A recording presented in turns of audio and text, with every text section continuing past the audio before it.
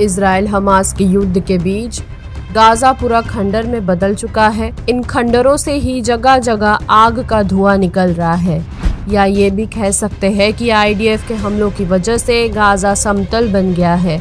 लेकिन इसके बावजूद हमास के लड़ाकों ने इन्हीं खंडरों को अपना सबसे बड़ा ताकत बना लिया है और इजराइल के साथ इन्हीं खंडरों में छिपकर लड़ाई कर रहे हैं।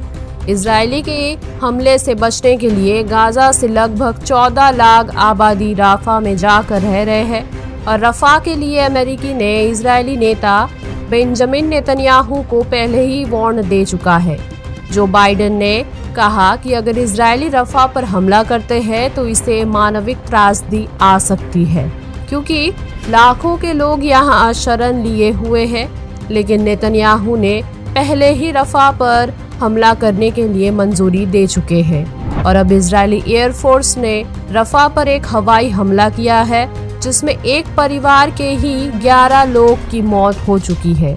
दरअसल इजरायली ने रफा पर 4 बिल्डिंग्स पर हमला किया।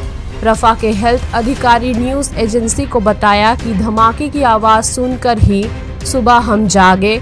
उनकी बेटी बहुत डरी हुई थी और बाहर तबाही का नज़ारा बिछा हुआ था। मूसा दाहिर ने कहा कि मुझे नहीं पता कि क्या करे, मुझे नहीं पता कि क्या कहूँ। इस बात का अंदाज़ा नहीं है कि क्या हुआ। मेरे माता पिता अपने पिता के साथ गाजा से विस्थापित होकर यहाँ आए थे और वे सभी एक ही झटके में मारे गए और अब इजराइल के हमले की वजह से यहाँ रहने वाले लोगों के अंदर आईडीएफ की हमले की डर सता रही है। इसको लेकर गाजा को छोड़कर आए जामिल अबू हौरी का कहना है कि इजराइल के हमलों में आक्रामकता ये दिखाती है कि वो पिछले हफ्ते United state of security council के इमीडिएट ऑफर को नहीं मानते। आपको बता दें कि 25 मार्च 2024 को यूएनएससी में गाजा में तुरंत युद्ध विराम को लेकर एक ऑफर पास हुआ था, जिसमें अमेरिका ने वोटिंग नहीं की थी और इस फैसले से बेंजामिन नेतन्याहू बौखला गए थे।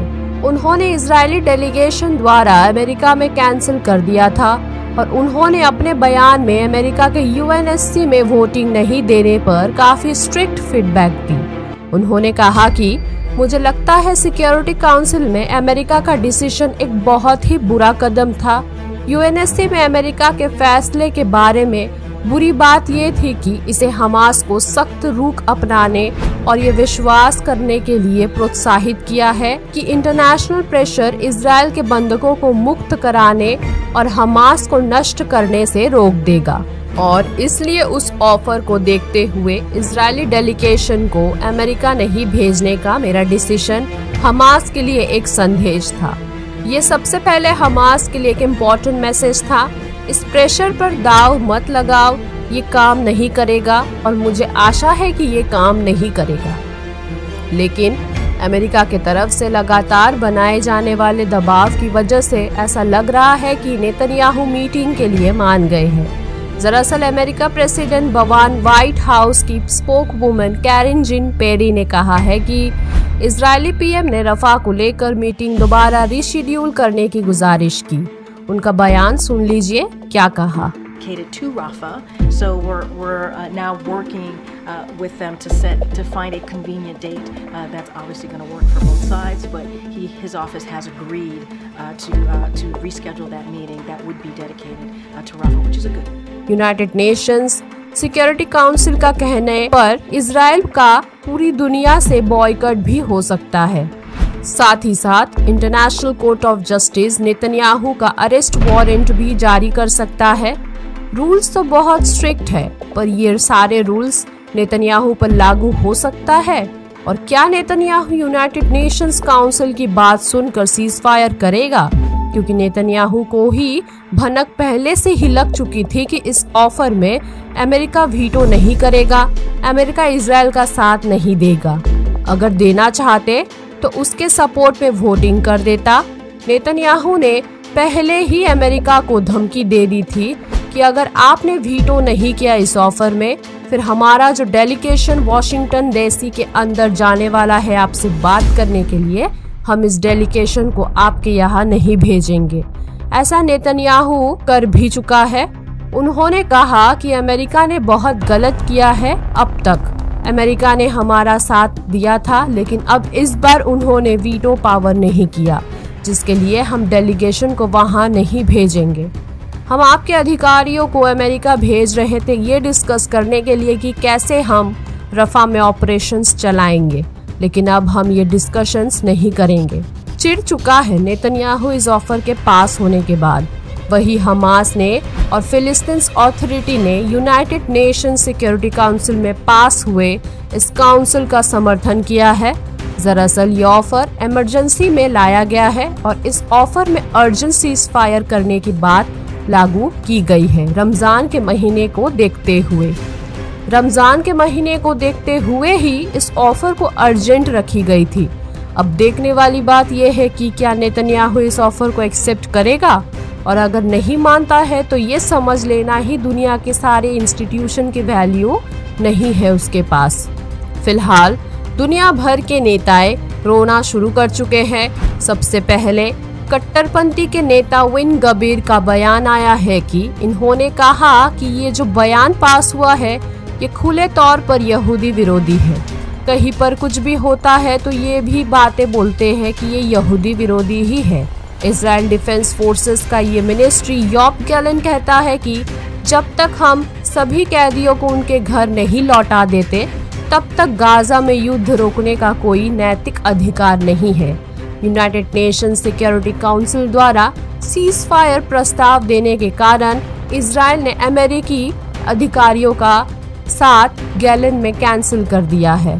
इजराइल के इस नेता ने कहा कि हम गोलीमारी बंद नहीं करेंगे, हम सीज फायर नहीं करेंगे, हम हमास को खत्म कर देंगे और हम आखिरी बंदियों के लौटने तक लड़ते रहेंगे। टर्की के तरफ से बयान आया है कि टर्की ने भी इस ऑफर को वेलकम किया है। हमास के तरफ से भी वेलकम किया गया है। यूक्रेन दूसरे के भरोसे युद्ध लड़ने की वजह से अभी पछता रहे हैं। दरअसल अब जब उसे सैन्य हथियारों की सख्त जरूरत है तब उसे किसी भी एसोसिएट से मदद नहीं मिल रही है और रशिया उस पर ताबड़तोड़ हमले किए जा रहे हैं। एक तरफ यूक्रेन को अमेरिका से मिलने वाली मदद में वहां के पार्लियामेंट पर चर्चाएं हो रही है, तो जर्मनी ने खुद ही मिसाइल देने के अपने वादे से पीछे हट रहा है और अब ब्रिटेन ने कह दिया है कि आपने रशिया के साथ लड़ने के लिए वेपन्स और भी हथियारों की कमी है और अगर ब्रिटेन युद्ध लड़ते भी है तो वो 2 महीने से ज्यादा नहीं लड़ पाएंगे। यूके डिफेंस के चीफ ने रॉबर्ट ने संसदीय सिक्योरिटी काउंसिल को बताया कि ब्रिटिश सशस्त्र बल युद्ध के लिए तैयार है, लेकिन रशिया जैसे प्रतिनिधियों के साथ टकराव के लिए तैयार नहीं है। उन्होंने कहा कि सेना के पास इस तरह के किसी भी संघर्ष के लिए संसाधनों, खास तौर से गोला बारूद की भारी कमी है। मैगोवन ने कहा कि सरकार गोला बारूद पर जितना पैसा खर्च करती है वो इम्पोर्टेंट है, लेकिन सामने आने वाले खतरों के लिए ये पर्याप्त नहीं है। उन्होंने कहा कि उन्हें सेना को संसाधनों की सेना के चलते ऑपरेशन रिस्क को मैनेज करना होगा। सशस्त्र बलों के एक्स राज्य मंत्री और सांसद मैक्स ने रशिया के खिलाफ टिके रहने के संभावना के बारे में जो जोर दिया, तो जनरल ने स्वीकार किया कि ब्रिटिश सेना शायद ही ज्यादा समय के लिए टिक पाएगी। समीक्षा में ये भी सामने आया है कि सेना भर्ती संकट से जूझ रही है और कम से कम 5000 सैनिकों की कमी है। समिति को उर्वा रक्षा प्रमुखों द्वारा ये भी बताया गया है कि आर्म्ड ऑर्गेनाइजेशन 2010 से कमजोर हुए हैं और किसी भी बड़े प्रतिनिधियों के खिलाफ टिक नहीं सकते। आपको बता दें कि यूक्रेन की एक और समर्थन फ्रांस का भी हाल यूक्रेन जैसा ही है। फ्रांस के प्रेसिडेंट इमैनुअल मैक्रोन ने यूक्रेन की मदद के लिए वादे तो बड़े बड़े कर दिए, लेकिन अब जो रिपोर्ट सामने आ रही है उसे पता चला है कि वहां सेना भर्ती में गिरावट देखी जा रही है। इसे रशिया राजदूत एलेक्सी मेशकोव ने कहा कि यूक्रेन भेजे जाने के डर से फ्रांस में सेना के भर्ती में गिरावट आई है। रशिया यूक्रेन को लेकर अमेरिका, ब्रिटेन और फ्रांस उनके नेता के बयानों में कितनी सच्चाई है और कितनी कूटनीति है ये तो स्पष्ट नहीं है अभी। फिलहाल यूक्रेन सेनाएं हथियारों की कमी से जूझ रहा है और वो बैकफुट पर है। अफ्रीकी महाद्वीप में कई देशों में सेना ने चुनी हुई सरकार को उखाड़ फेंका है। और खुद सत्ता पर चढ़ चुके हैं। हालांकि कई जानकारों का कहना है कि यूक्रेन के खुन्नास निकालने के लिए रशिया के प्रेसिडेंट व्लादिमीर पुतिन वेस्ट देशों को अफ्रीका से निकाल रहे हैं और रशिया की प्राइवेट आर्मी पर्दे के पीछे इस पर बड़े रोल प्ले कर रहे हैं। तो दोस्तों, आज की अपडेट यही तक। वीडियो अगर इन्फॉर्मेटिव लगे तो लाइक और शेयर ज़रूर करें और अगर आप मेरे चैनल पर नए हैं तो एक सब्सक्राइब ज़रूर करें और पास में दिए गए बेल आइकन को प्रेस करें और ऑल पर सेट करें ताकि अपलोड होने के तुरंत बाद आप लोगों के पास नोटिफिकेशन जा सके। So finally, thanks for watching my video.